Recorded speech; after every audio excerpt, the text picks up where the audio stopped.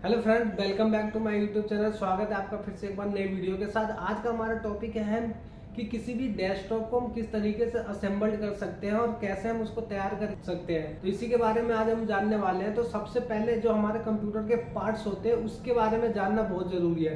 तो सबसे पहले मैं आपको उन पार्ट्स के बारे में इंट्रोड्यूस कराऊंगा जो कि एक कंप्यूटर और एक सीपीयू के लिए सबसे इम्पोर्टेंट होता है। तो सबसे पहले हम बात करेंगे मदरबोर्ड की, जो कि मदरबोर्ड का क्या काम होता है और क्या क्या प्रोसेसिंग करता है वो एक कंप्यूटर के अंदर। तो सिंपली ये हमारा मदरबोर्ड होता है और ये मदरबोर्ड का काम यही होता है कि जितने भी कंपोनेंट होते हैं इसके और जितने भी पार्ट्स होते हैं ये एक दूसरे से रिलेटेड होते हैं और वो इसी के थ्रू काम करते हैं।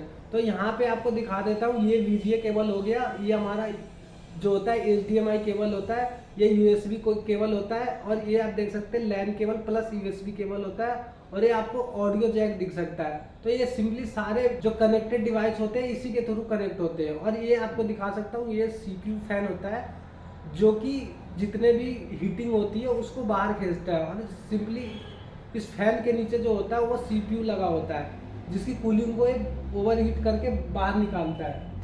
तो फ्रेंड्स, ये रैम है और इस रैम का काम यही होता है कि अपनी कंप्यूटर की जो भी स्पीड होती है उसको इंक्रीज करता है। और अब हम बात करने वाले हैं, तो गाइस ये हमारा हार्ड ड्राइव है। इसका काम यही होता है कि जितना भी कंप्यूटर का डाटा स्टोर होता है वो इसी के अंदर स्टोर होता है। फ्रेंड्स, अब हम बात करेंगे एसएमपीएस यानी कि सप्लाई की, पावर सप्लाई भी कहा जाता है इसको। इसका एक काम यही होता है कि मदरबोर्ड के अंदर जितनी भी सप्लाई की जरूरत पड़ती है इसी के द्वारा सप्लाई किया जाता है और जितना भी करंट होता है यही पास करता है। तो ये आपके पिन देख सकते हैं, 24 पिन कहा जाता है इसको और ये 4 पिन है। और ये जो केबल होती है SATA केबल होती है, इसी के थ्रू हार्ड ड्राइव में कनेक्ट किया जाता है। फ्रेंड्स, अब हम बात करने वाले हैं कैबिनेट की। ये कैबिनेट इसलिए कहा जाता है क्योंकि कंप्यूटर के जितने भी पार्ट्स होते हैं इसी के अंदर असेंबल्ड होते हैं और उसी को पार्ट्स को असेंबल्ड करने के बाद ये पूरा एक तरह से कंप्यूटर बनता है और इसको CPU भी कहा जाता है, यानी सेंट्रल प्रोसेसिंग यूनिट कहा जाता है इसको। तो गाइस, अब चलते हैं कि अपने कंप्यूटर की तरफ और ये देखते हैं कि किस तरीके से हम इसको असेंबल्ड कर सकते हैं और इसको हम कंप्यूटर के रूप में तैयार कर सकते हैं। तो चलते हैं सबसे पहले अपने कैबिनेट के पास। तो फ्रेंड्स, ये मैंने फैन लगा रखा है इसका, ये जो CPU फैन है इसको मैंने लगा रखा है और मैं एक बार रैम लगा लेता हूँ इसकी। आपको रैम को बहुत ही ध्यान से लगाना है क्योंकि ये रैम कई तरह की आती है। DDR2 भी आते हैं, DDR3 भी आते हैं और ये DDR4 है जो कि इसको मैं लगा रहा हूँ। और इसको लगाने का बड़ा यूनिक तरीका है। इसको आप लगा के और इसको ऐसे प्रेस कीजिएगा तो इसमें एक हल्की सी आवाज़ आएगी और आवाज़ आने के बाद ये जो लॉक है इसका, ये लॉक दोनों तरफ से बैठ जाएगा। तो आप इस तरीके से आप लगा सकते हैं अपने रैम को। और सिंपली अब मैं इसको अपने मदरबोर्ड में को अपने कैबिनेट के अंदर फिट करता हूँ। तो आपको मदरबोर्ड इस तरीके से लगाना है कि जो इसकी जो पेच होती है वो प्रॉपर तरीके से इसके अंदर लग जाए।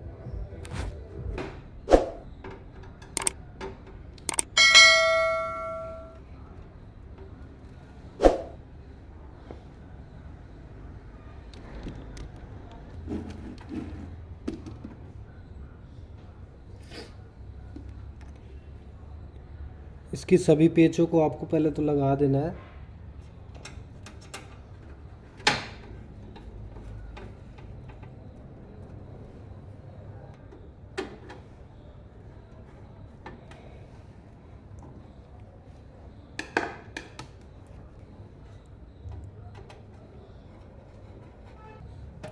तो फ्रेंड्स, मैंने मदरबोर्ड को लगा दिया है और सिंपली मैं ये सप्लाई, पावर सप्लाई होता है जो SMPS कहते हैं, इसको मैं लगा रहा हूँ। तो इसको लगाने का सबसे पहले मैं इस केबल को साइड कर लूँगा और साइड करने के बाद आपको कभी भी किसी भी सप्लाई को चेंज करना हो या आपको असेंबल करना हो तो ये स्टिकर जो है ये ऊपर की तरफ होना चाहिए।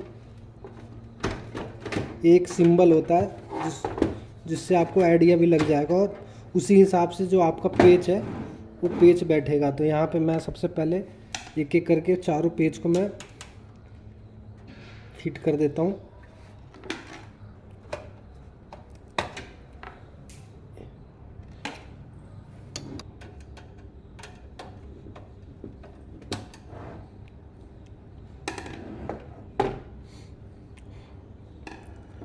इसी तरीके से आपको सारे पेच लगाने हैं।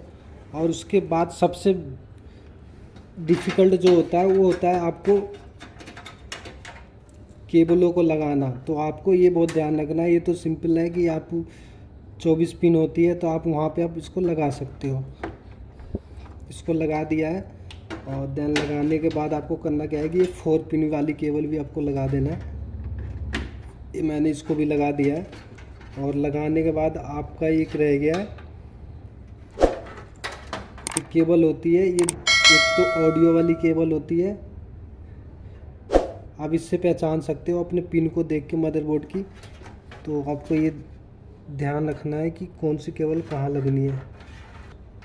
तो ये मैं कॉर्नर में इस ऑडियो वाली केबल है तो मैं इसको सबसे पहले यहाँ पे लगा देता हूँ। देन ये मैंने लगा दिया है। और मेरे पे एक दूसरी केबल आई है जो कि USB केबल होती है, यानी कि इस केबल को आप जब लगा लेते हो जब ही आपके जो फ्रंट वाले USB केबल है वो वर्क करेंगे। आपको ये ध्यान रखना है। तो ये कभी भी आपको छोड़ना नहीं है, ये ज़रूर लगाना है आपको। तो ये मैंने इस केबल को भी लगा दिया है।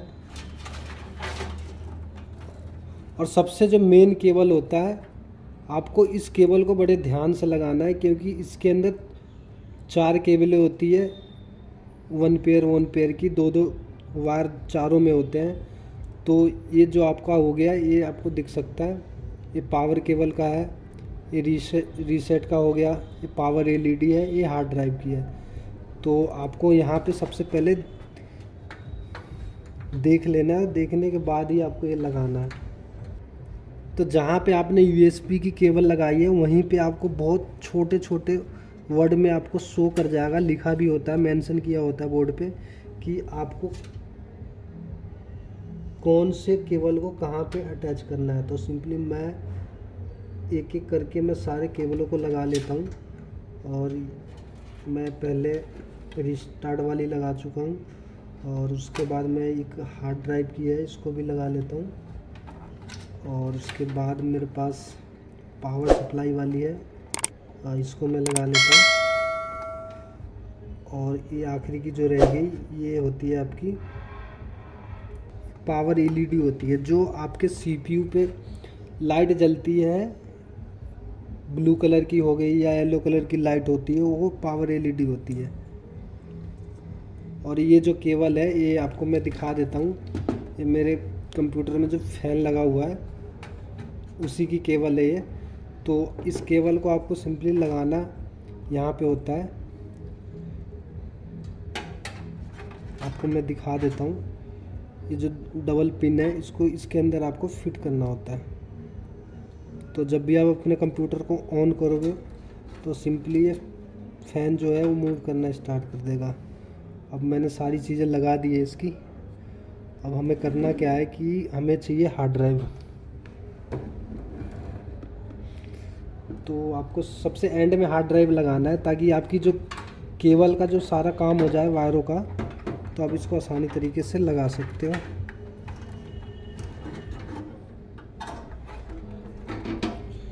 आपकी जो ये शाटा केबल होती है, ये केबल आपका बिल्कुल सही डायरेक्शन में होना चाहिए ताकि आप कभी भी इसको निकालो आसानी से लगा सकते हो। तो मैं इस केबल को लगा देता हूँ पहले तो यहाँ पे आपकी जो हार्ड ड्राइव की अलग ही पेच होती है, आप इसको पहचान भी सकते हो। यार हार्ड ड्राइव की पेच है, इसको आपको यहाँ पे लगा देना है। आप चाहे तो दोनों तरफ भी लगा सकते हो इस केबल पेच को, लेकिन मैं फ़िलहाल तो एक तरफ लगाता हूँ, 2 पेच लगा देता हूँ यहाँ पे। 2 पेच ही काफ़ी होते हैं इसके लिए। और यहाँ पे मैंने दूसरा पेच भी लगा देता हूँ।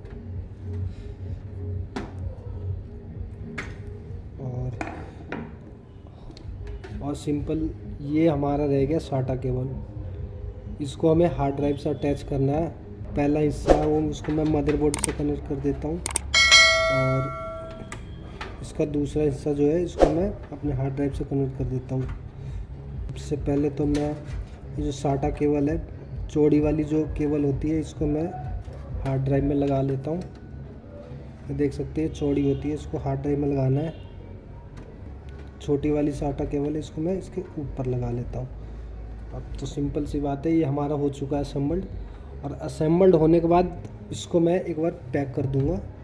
पहले तो पैक कर दूंगा इसको। ये हमारा पैक हो चुका है और ये पेच में लगा के इस कवर को मैं बंद कर दूंगा। तो फ्रेंड्स, ये हमारा CPU पूरी तरीके से असेंबल्ड हो चुका है। और असेंबल्ड होने के बाद आपको एक और चीज़ चेक कराना है कि इसको मैं अपने मॉनिटर से कनेक्ट करके और आपको इसको ऑन करके दिखाऊंगा। तो सिंपली चलते हैं अपने मॉनिटर के पास और इसको अटैच करते हैं और आपको दिखाता हूं कि कैसे हमारा जो सिस्टम था उसको असेंबल्ड करने के बाद वो जो है ऑपरेटिंग सिस्टम वो वर्क करना शुरू कर चुका है।